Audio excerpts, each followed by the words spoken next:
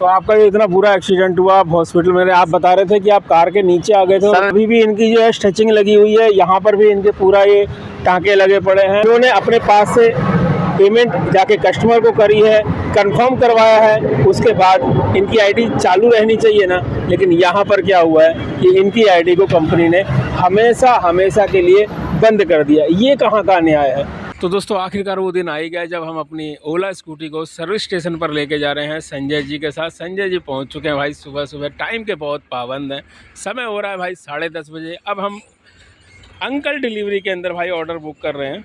तो भाई uncle delivery के अंदर 1275 रुपये दिखा रहा है यहाँ एक मूर्ति से, और भाई धूल सराय गाँव जहाँ पर सर्विस स्टेशन है हमारी ओला का, तो 1275 पे हमने नेक्स्ट कर दिया है। और क्या क्या दिखा रहा है भाई, पेमेंट मोड, हाँ सिलेक्ट पेमेंट मोड को कर लेते हैं भाई कैश, और कुछ नहीं करना है। टोटल 1275 रुपये दिखा रहा है। तो चलो भाई ऑर्डर रिव्यू कर देते हैं। 3 व्हीलर है, सब कुछ दिखाता है भाई डिटेल में कस्टमर को एक बार कि कहाँ से आइटम उठना है और कहाँ जाना है और क्या आइटम आ रहा है, यानी 3 व्हीलर आ रहा है, 4 व्हीलर आ रहा है, और पेमेंट कैसा है। तो 1275 रुपये लग रहे हैं भाई द्वारका लेके जाने के लिए। और ये हमने भाई ऑर्डर प्लेस कर दिया है। आप देख रहे हैं भाई ओला की तरह ये स्लाइड कर रहा है, जिस तरह ओला ऐप के अंदर स्लाइड करता है, और ड्राइवर फाउंड कर रहा है। देखते हैं कितनी देर में कौन सा ड्राइवर एक्सेप्ट करता है हमारी इस राइड को। और भाई बड़ी जल्दी देखो भाई, UP16 LT 9087 रेटिंग है भाई की 4.77, 3 व्हीलर बजाज ऑटो आएगा, और कॉल भी आ गया। वेरी गुड है भाई।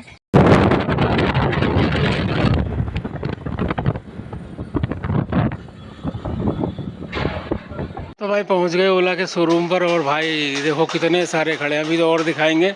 और पेमेंट हुई थी भाई 1275, शुरू में आपको दिखाया था, और भाई साहब मांग रहे हैं 1375। हैं आप क्या बोल रहे हो, टोल अलग लगते हैं? हाँ, MCD टोल अलग है भाई इनके अनुसार MCD का टोल जो है वो अलग जुड़ता है, अंकल डिलीवरी के फेयर के अंदर जुड़ता नहीं है।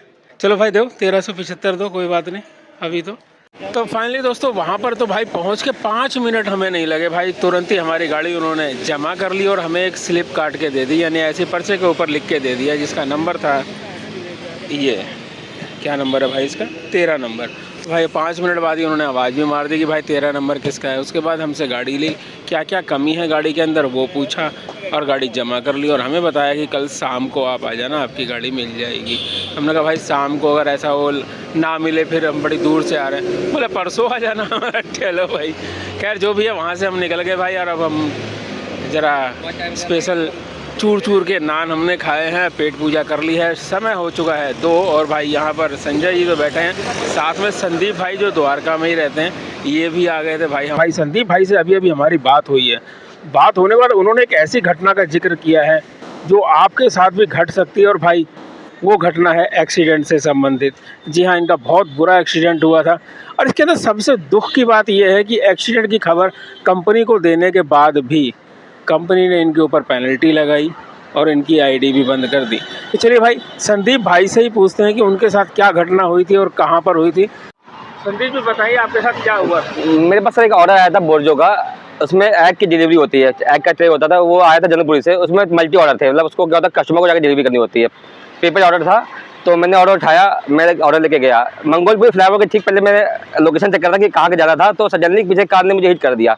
उसमें एग की ट्रे पूरी मतलब एक्सीडेंट हुआ, गाड़ी टूट गई पूरी, मतलब मैं तो डैमेज हो गया। मैं तो वही मंगोलपुर के गवर्नमेंट अस्पताल पड़ता बगल में पड़ता है, मुझे किसी ने भर्ती कराया वहाँ जाके। मेरे पैर में पेट में टाके लगे थे, काफ़ी चोट आई थी, सब पूरा। मैंने शाम तक मैं सब ठीक हुआ, मतलब घर गया आने के लिए रेडी हुआ था साल से। तो फिर क्या हुआ कि मैंने बोझों को इन्फॉर्म किया ऐसा हो गया, मैं सब कुछ भेजा उनको फोटो। तो उन्होंने कहा ठीक है सर कोई दिक्कत नहीं, अभी आप अपना इलाज कराओ, ठीक है। फिर क्या हुआ कि 2 हफ्ते तक मेरे ऑर्डर से हुआ, मैं ठीक नहीं हो पाया, मैं बहुत दर्द पेन में था। 2 हफ्ते बाद क्या हुआ कि मैंने कंपनी को कॉल आया कि आपको पेमेंट करनी होगी, 2400 रुपये पूरा टोटल आया था, उसका पेमेंट था। हमने कहा ठीक है सर, मेरी आईडी तो बंद नहीं होगी, ठीक है सर जो हुआ एक्सीडेंट मेरा हो गया। तो मैं वहाँ गया, मैं उनको 2400 रुपये पेमेंट की, 2400 रुपये पेमेंट थी टोटल, उनको पेमेंट की, कस्टमर को पेमेंट की जिनके साथ सामान था। उसके बाद 2 दिन बाद मेरी आईडी हमेशा की बंद कर दी गई। इसमें गलती मेरी क्या थी मुझे समझ में नहीं आ रहा है। मैं एक्सीडेंट हुआ, मैं मरते बचा, और मैंने कंपनी को बाद में कॉल किया, कोई रिस्पॉन्स नहीं आया आज तक। तो इसका मतलब संदीप भाई आपका कहना ये है कि आपने कस्टमर को जाके 2400 कुछ रुपए जो एग थे वो टूट गए थे, उसकी पेमेंट भी कर दी? पेमेंट पूरी कर दी थी, क्योंकि बिना पेमेंट के ऑर्डर हट नहीं जाते मेरे में। मैंने कस्टमर से बात किया तो कहा था सर आपको पेमेंट कर, क्योंकि कस्टमर का जो था वो उनकी शॉप नहीं थी, वो वहाँ वर्कर था। फ्रेंचाइजी थी उसकी, तो कैसा ये हमको झेलना पड़ेगा, आप झेलेंगे, आपको झेलना पड़ेगा, हमको झेले, तो ये बात हुआ था। कंपनी ने कोई हेल्प नहीं किया, तो पेमेंट मैंने खुद जाके पूरी की।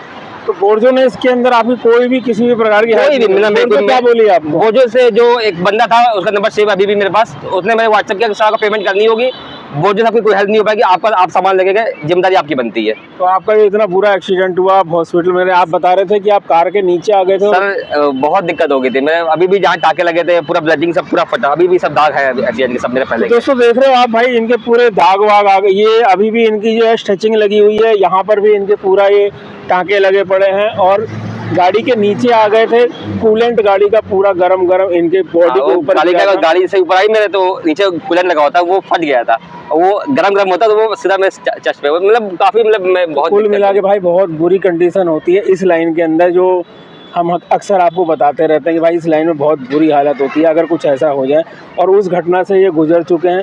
लेकिन सबसे बड़ी दिक्कत ये है कि इतना कुछ होने के बाद इन्होंने कंपनी को ये सारी जानकारी दी, उसके बाद भी कंपनी ने इनकी किसी भी प्रकार से कोई हेल्प नहीं करी, और इनको ये कहा गया कि आप ये पेमेंट जो एग ये लेके जा रहे थे, अंडे वो फूट गए थे, उसकी पेमेंट कस्टमर को करो।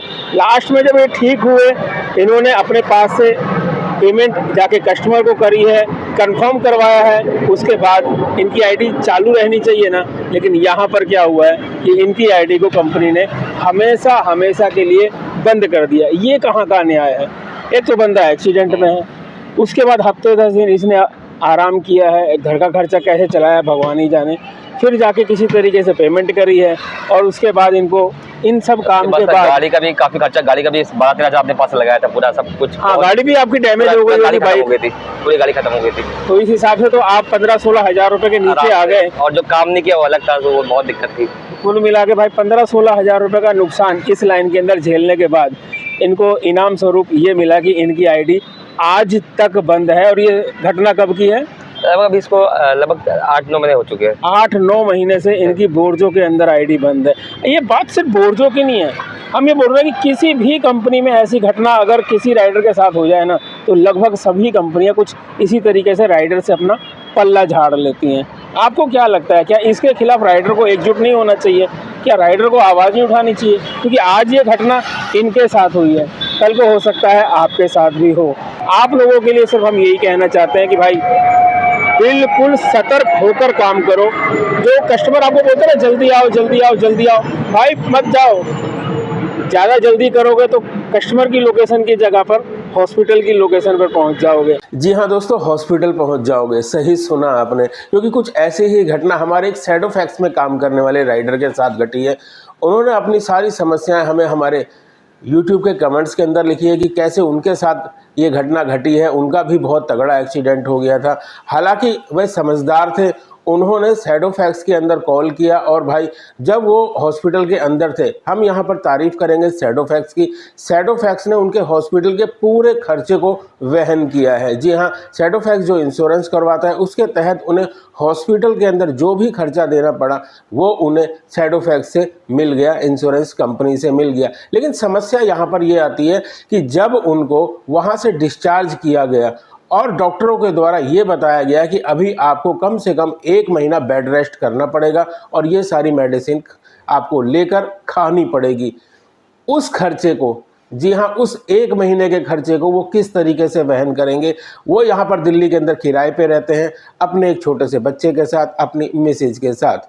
अब पूरे महीने काम ना करने की वजह से उनके ऊपर एक ऐसी आफत आ गई है जिसमें उनका कोई भी साथ नहीं दे रहा है, क्योंकि उन्होंने इस समस्या के हल के लिए शैडो फैक्स से संपर्क किया, शैडो फैक्स को ईमेल भी किया, उनके ऐप के ऊपर भी रिक्वेस्ट डाली, यहाँ तक कि इंश्योरेंस कंपनी से भी संपर्क किया, लेकिन सब ने हाथ खड़े कर दिए। उनका कहना है कि हमारी कवरेज सिर्फ हॉस्पिटल तक है।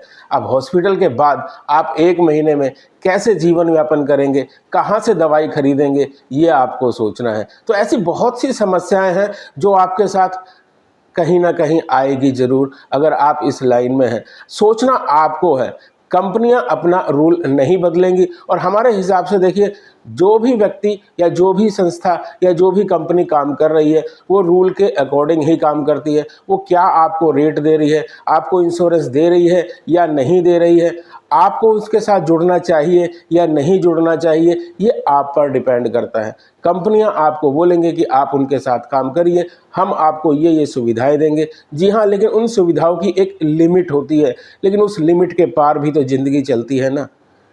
उस लिमिट के पार जो ज़िंदगी चलती है वो ज़्यादा कठिन होती है, क्योंकि 1 महीना घर के अंदर पड़े रहना बहुत बड़ी समस्या खड़ी कर देता है। उनकी व्यवस्था कैसे हुई होगी ये वही जाने, हम और आप सिर्फ बातें कर सकते हैं। लेकिन कुछ ऐसी समस्या अगर आपके साथ हो जाए फिर आप क्या करेंगे? क्या आप भी सिर्फ तब बातें ही करेंगे?